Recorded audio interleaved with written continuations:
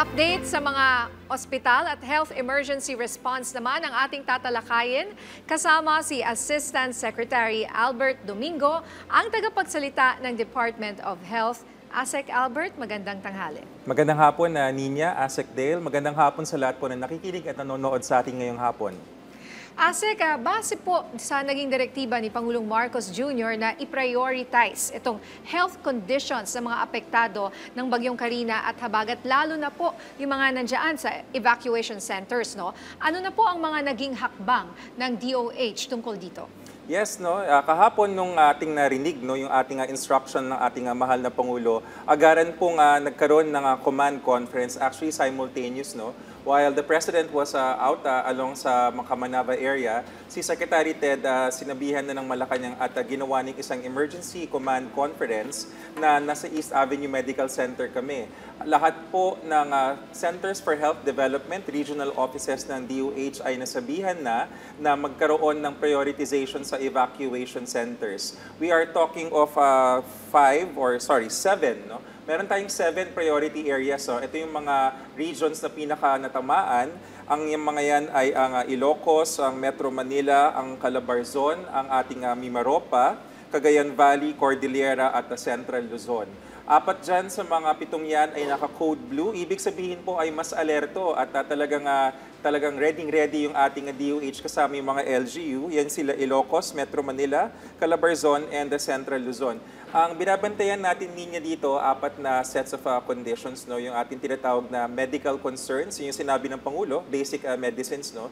Meron din public health concerns, and then number 2 would be yung nutrition, pagkain. Kasi syempre, nagtitipon-tipon ng mga pamilya. Number 3 would be your wash or water and sanitation and hygiene, and yung waste disposal, kasi marami tayong na-generate na waste dyan. And number 4 is yung mental health and psychosocial services. Asek Albert, follow-up lang po, no? Kumusta naman yung monitoring ninyo sa pagkain at dietary services na ipinapahamahagi sa mga evacuation centers? Paano po ba na-ensure, nasisiguro na maayos at masustansya pa rin yung mga pagkain na ibinibigay? Yes, Asek Dale, no?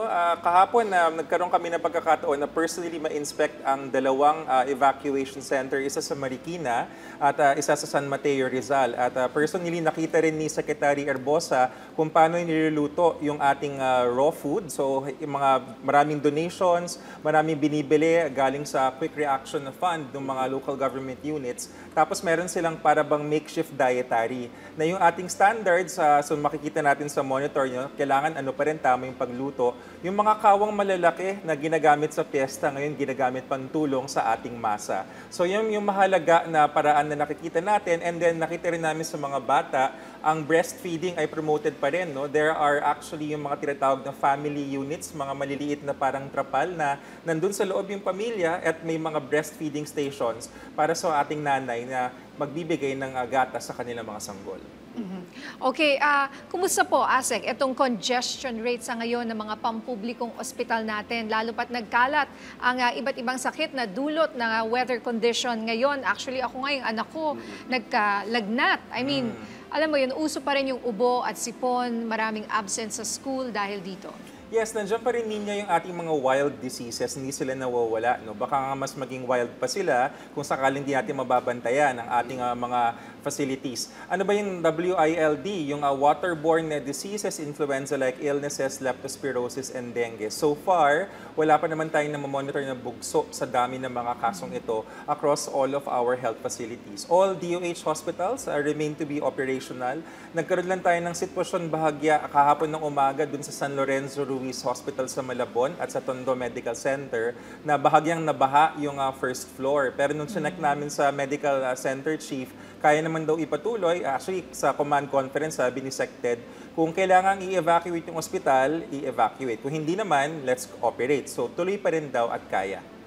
So, sa ngayon, sir, 2 lang ang kumbaga yung reported na ganong kaso ng ospital. Pero ano po ba yung mga nakataas na code alert sa mga rehiyon ngayon?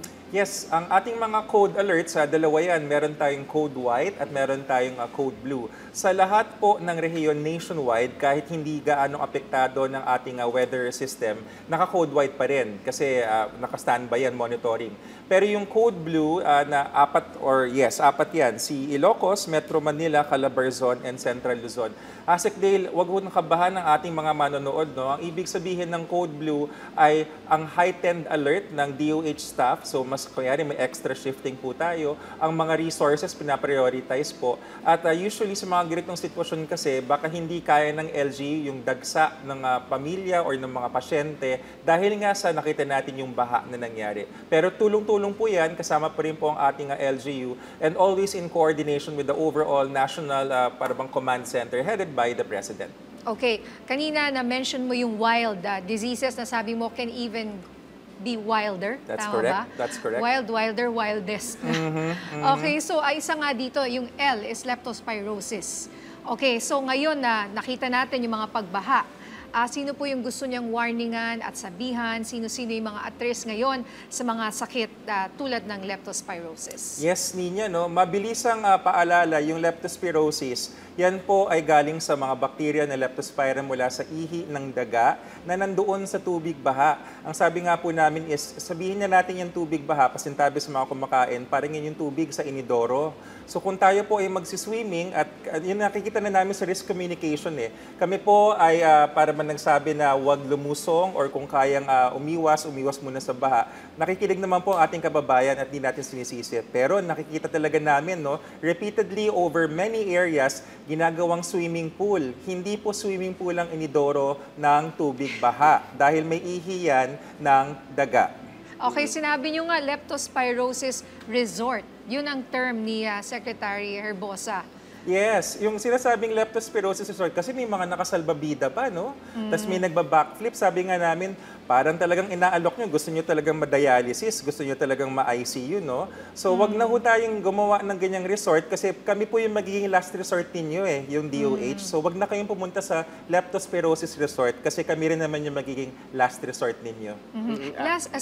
Yung sintomas lang, bago tayo pumunta dun sa tanong mo, Asek Dale, sintomas ng leptospirosis para sa ating mga kababayan kasi mga minsan ganito kailangang ulit-ulitin Yes.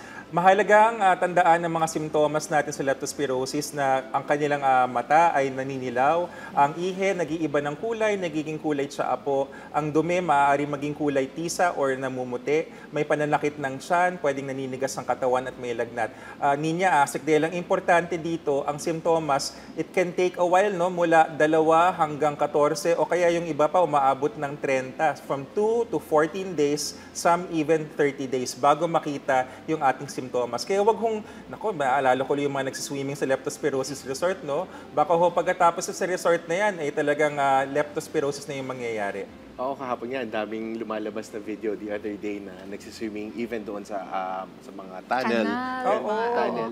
Pero yun nga, Doc Albert, dahil nga sa pagbaha, may hotline for teleconsult na inilunsad ang DOH for leptospirosis. Can you tell us more about that? Yes, meron po tayong nationwide hotline. Ito po ay ang landline 1555. Uli, 1555. May mga prompts po yan. No? Kung di ako nagkakamali ay press number 2. Yun po yung parang teleprompt na pupunta sa inyo sa isang teleconsultation. Ito po ay available mula 8 ng umaga hanggang 5 o'clock ng gabi.